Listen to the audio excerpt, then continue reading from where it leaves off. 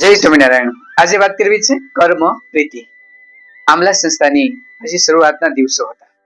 એ સમયે નાનાભાઈ ભટ્ટ, મનુભાઈ દવે, વિજયાબેન, ભાઈ શંકરભાઈ વગેરે ગામની અંદર મુરજીભાઈના ઘરે રહેતા હતા। ત્યાં 2 રૂમ, રસોડું અને મોટું ફળિયું હતું। સાંજે બધા મનુભાઈ, નાનાભાઈ ભટ્ટ ફળિયાની અંદર સૂઈ રહેતા। બહેનો અંદર સૂએ, ભાઈઓ બહાર સૂતા। એ વખતે કોઈ નાવાની બાથરૂમની સુવિધા ન હતી। વહેલા ઉઠી ડોલ ડોળું લઈ ગામના પાદર કુવામાંથી પાણી સીસી અને બધા સ્નાન કરી અને આવતા। એક દિવસ મનુભાઈ દવે વહેલા ઉઠી ગયા। પોતાનું ગાડલું ખાટલો ઉપાડ્યા વિના એ નાવા માટે નીકળી ગયા અને વળતા આવ્યા ત્યાં જોયું તો એનું ગાડલું ને ખાટલો બધું ઉપડી ગયેલું। વિચાર્યું કદાચ વિજયાબેને ઉપાડી લીધો હશે।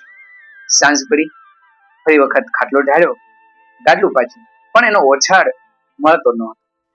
એટલે મનુભાઈ વિજયાબેન પાસે ગયા અને કીધું કે મારો ઓછાડ તમે જોયો છે?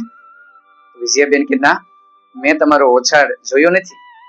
ત્યાં નાનાભાઈ બોલ્યા, જો સામે ખાનામાં મારા કપડા છે ને એની નીચે મૂક્યો છે।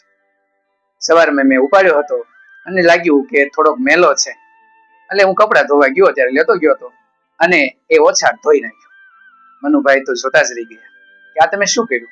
એની જગ્યાએ એક લાફો મારા ગાલ ઉપર માર્યો હોત તો સારું હતું। મારી ભૂલ થઈ ગઈ અને તમે મારા ગાડલા ખાટલા ઉપાડ્યા। નાનાભાઈ કહે કે તમે નાના છો, તમારા સંસ્થામાં ઘણી દોડધામ હોય, ઘણા બધા કામ હોય, અમારે વડીલોને વળી શું કામ હોય?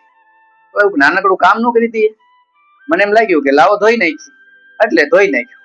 એમાં કોઈ કામ મોટું કર્યું હોય એવું મને લાગતું નથી। મનુભાઈ કે અરે, અમે નાના હોઈએ અને અમારા કામ તમે કરો એ યોગ્ય ન કહેવાય। ખરેખર તો એ કામ અમારે કરવું જોઈએ।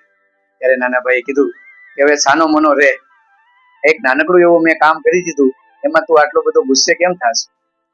એમ હસતા હસતા એમને વાત કરી અને હવે તું તારું કામે લાગી જા, તારે ઘણા બધા કામ કરવાના હોય અને અમારે એટલા બધા કામ ન હોય, એમ કહી પોતાના કામને નાનું કર્યું અને નાના એવા કાર્યકરનું કામ ઓછું કર્યું।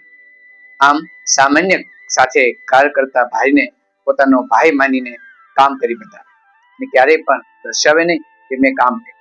એવી રીતે સંસ્થાની શરૂઆત થઈ।